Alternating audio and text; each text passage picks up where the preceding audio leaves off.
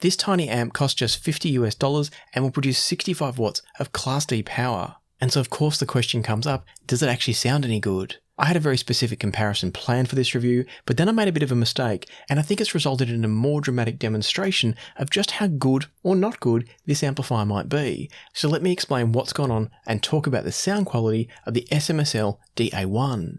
As I've already said, this is a $50 speaker amplifier using Class D technology, and I want to start off with a huge thanks to Atos for sending this one out. When Atos sent this one out, the plan was to look at this and the recently reviewed SMSL D6S as kind of a budget speaker stack. But as I'm going to tell you shortly, I don't necessarily know that it's the very best choice for that particular setup. But I'll explain more when we get to that point. Just before we get to sound quality, the final thing I want to mention is that for your $50, the SMSL DA-1 here will output 65 watts into a 4-ohm load. And that means that this tiny little container is capable of driving relatively difficult speakers. Not super difficult big floor standers, but I run a set of Harveth P3 ESR XD bookshelf speakers as my near-field setup here, and this was getting to uncomfortable listening levels before we even hit 50% on the volume. So it's got plenty of power, there's no worries about power, the big question comes down to the quality of that power. And hooking this up, taking a listen to it, the first thing I'd say is the sound is okay. It's not great, and so it's definitely not an amplifier that I'm going to rave about, but at the same time, it's not terrible. Specifically, my issue with it is that the sound does get a bit harsh in the upper registers, in the treble, etc., and particularly at louder volume levels. In addition to that, the soundstage is quite flat, and there's not a great deal of separation. It's not bad by any stretch, but there's not lots and lots of separation.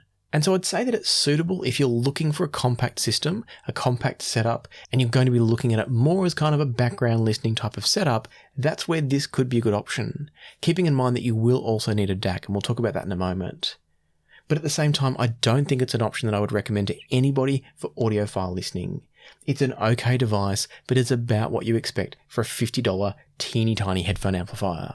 And so rather than me just sitting here saying that it's mediocre, that it's just okay, as I always like to do, I wanted to give you a comparison. I wanted to put this up next to something else that might be a good comparison point, a good reference point, for you to decide how much you want to invest in this type of a product.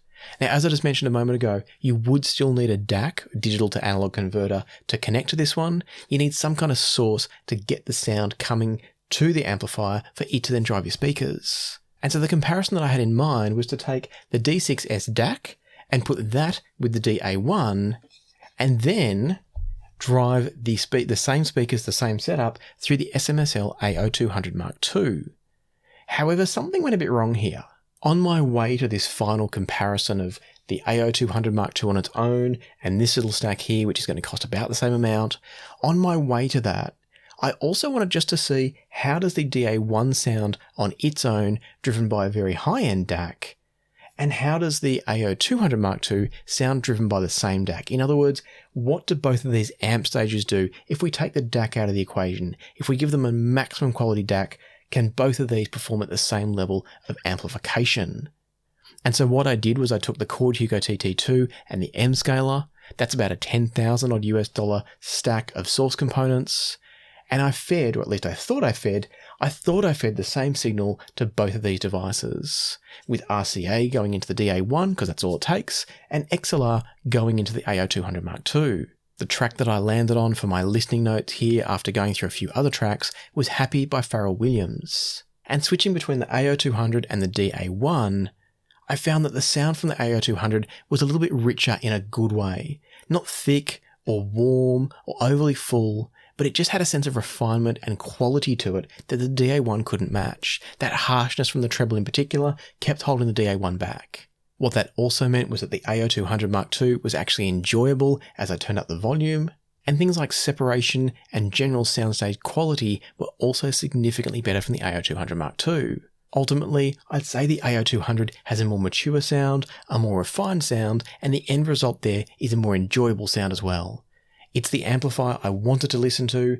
The DA-1 was the amplifier I'd kind of live with if I had to.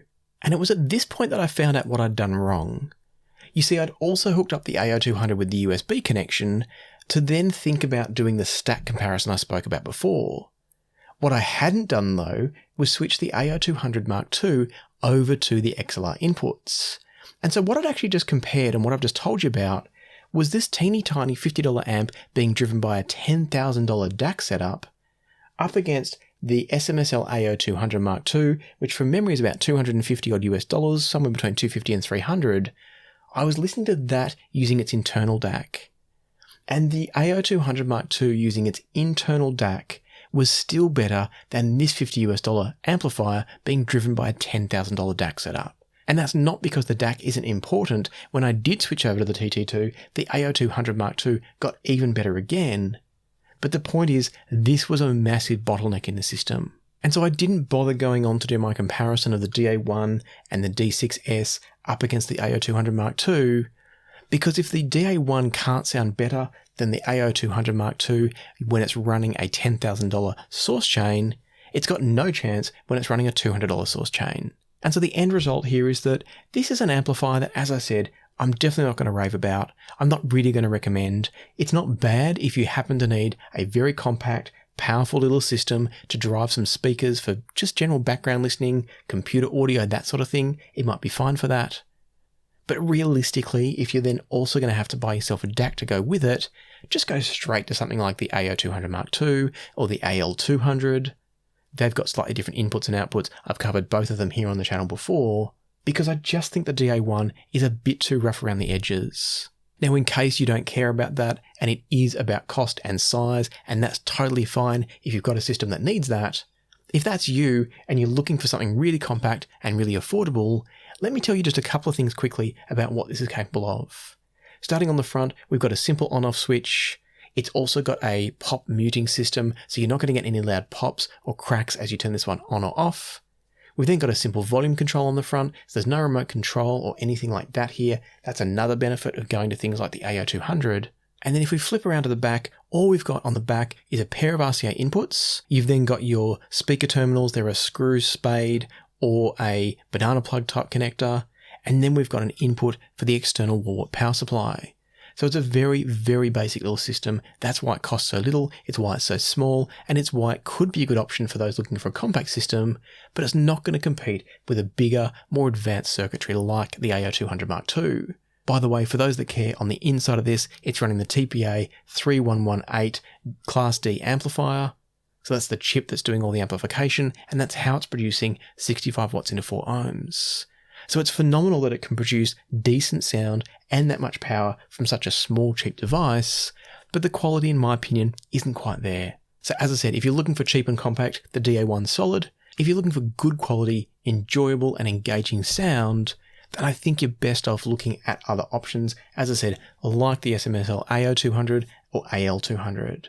And so hopefully this has been useful and helpful in your decision-making process around the DA1. And as always, if it has, please hit the like button and subscribe and ring the notification bell if you haven't already. For now though, I'm going to keep this one short and sweet, so I'll leave it to the music. Happy listening, be kind to each other, and I'll see you here next time on Passion for Sound.